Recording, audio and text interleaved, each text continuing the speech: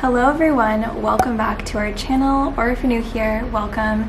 My name is Greta Rose, I'm the social media manager here at Plan, and today we're going to be speaking about how to grow on Instagram organically. So my first tip if you want to grow organically on Instagram is to first find your audience and find your niche. Now, if you're not quite sure what your niche is and where you belong, don't worry, I definitely suggest just taking some time to write down some notes, to look at the content you've been posting, and also to figure out what content are you passionate about creating. Another tip when it comes to this is look through your audience and see what niche would you categorize them under. If they often comment questions or ask you questions in your DMs, then really look at those questions and comments and figure out what niche do they assume you're under, or what are the questions and comments usually about, and that should really help you get clear on where exactly you belong. My second tip is to cross promote, which this may seem kind of counterintuitive because you're thinking, okay, well, I want to grow on Instagram, so why am I putting focus and energy into TikTok or YouTube?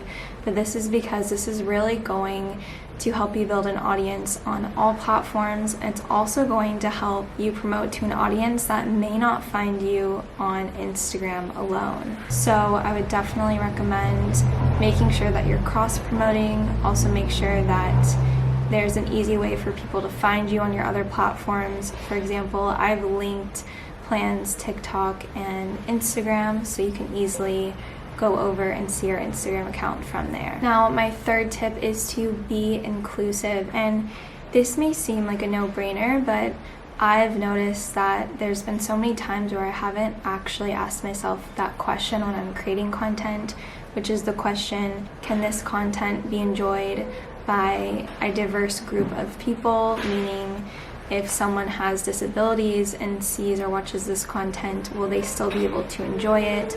Or if someone doesn't speak the same language, for me that would be English because all our content is in English, will they still be able to understand the content and get value from it? A really easy way to start doing this is to include closed captions on all your video content, and this has pretty much become mandatory at Plan. I will admit it is a bit more work, but you don't have to include captions word for word. You can just kind of summarize and just do it in a simple way where people will still be able to get the value out of the content. This actually makes sense too because around 70% of people watch reels or videos with the audio turned off. And when you think about it, it actually makes sense. There's a lot of situations where you don't have the audio on your phone. For example, if you just woke up and maybe someone's sleeping beside you, or if you're waiting for an important meeting in a quiet office, then you're not going to have the sound on. So this is just a really good habit to get into, and this is going to make sure that your content is inclusive. Now, my fourth tip is to utilize new features. For example, Instagram came out with Reels to directly compete with TikTok. They know that so many people are spending their time on TikTok, and so they're really rewarding users that use their Reels feature. And part of the way they do that is the algorithm naturally gives you more organic reach and growth when you're using these features. So I would definitely try and stay up to date on new features that come out. Right now, I think your primary focus should be on Reels and adding those into your strategy. My final tip is to be consistent and to be patient. Now, why this video is titled Organic Growth and not Fast Growth is because there are tricks to gain an audience, but they're not going to be authentic. They're not going to be an audience that you probably want. And in the long run, it's actually going to not be beneficial for you at all. In fact, it's probably going to be more harmful to your account. The truth is, it's really about quantity over quality.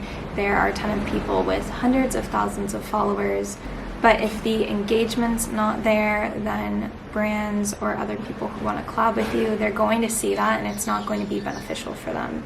Focus on the followers you do have. Don't just focus on the followers that you want. And by putting your focus on the ones who are already there enjoying your content, you're going to naturally grow. And of course, with social media, it's all about being consistent, so you can use Plann to help you with this. I recommend building a strategy, really getting clear on a posting schedule, and that's going to really help you get set up for success.